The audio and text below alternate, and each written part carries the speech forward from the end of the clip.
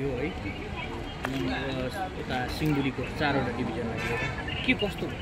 आज सिंहबुली चिया बगानको जुन चाहिँ एउटा मुद्दा आएको थियो हैन त्यो मुद्दा सम्बन्धी एउटा श्रमिकहरूको जुन चाहिँ आक्रोश थियो त्यो आक्रोशले अब सही पनि हो उहाँको जुन चाहिँ आक्रोश छ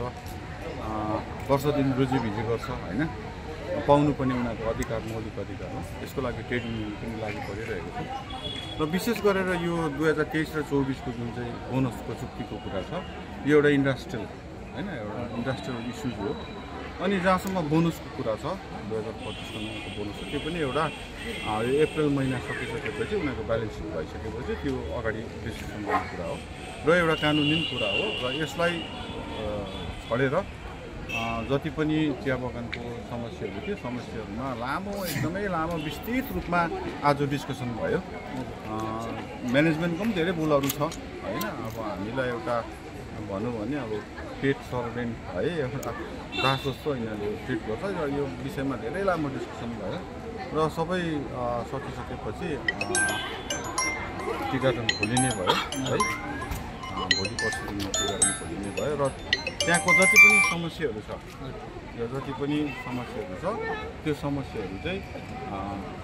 अब खोलिएको 1 हप्ता बाददेखि चाहिँ त्यो समस्या बाइपार्टेड टी गार्डनमा डिस्कसन हुने अझै भोलिदेखि चाहिँ खोलिने भयो अब त्यो म्यानेजमेन्टले हेर्छ कहिले खोल्ने आज चाहिँ सिग्नेचरको भयो त्यहाँदेखिको बादमा चाहिँ तपाईँको 1 हप्ता अगाडि सकिसकेपछि एउटा नर्मलाइज भइसकेपछि चाहिँ जति पनि समस्याहरू छ त्यो समस्याको विषयमा चाहिँ गार्डन लेभलमा चाहेको खण्डमा हामी सेन्ट्रल डिजिजहरू पनि आएर त्यो समस्याहरूमा विस्तृत रूपमा हामी डिस्कसन गर्ने निर्णय लिएको छ। अच्छा दाजु जुन प्रकारले 18 दिन श्रमिकहरू नागा भएको थियो है त्यसको पनि कभर गर्नु हैन यस्तो नि त्यो चाहिँ के हो भनेदेखि इन्डस्ट्रियल रुल अनुसार इन्डस्ट्रियल डिस्प्युट्स अनुसार कानुन अनुसार चाहिँ जब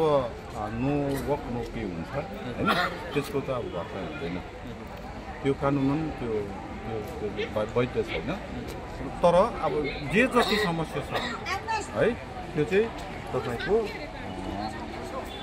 1 हप्ता बाद नर्मलाइज भइसकेपछि चाहिँ गार्डन लेभलमा तिम्रो युनियन छ तिम्रो युनियन बसेर मजासँगले थ्याङ्क यू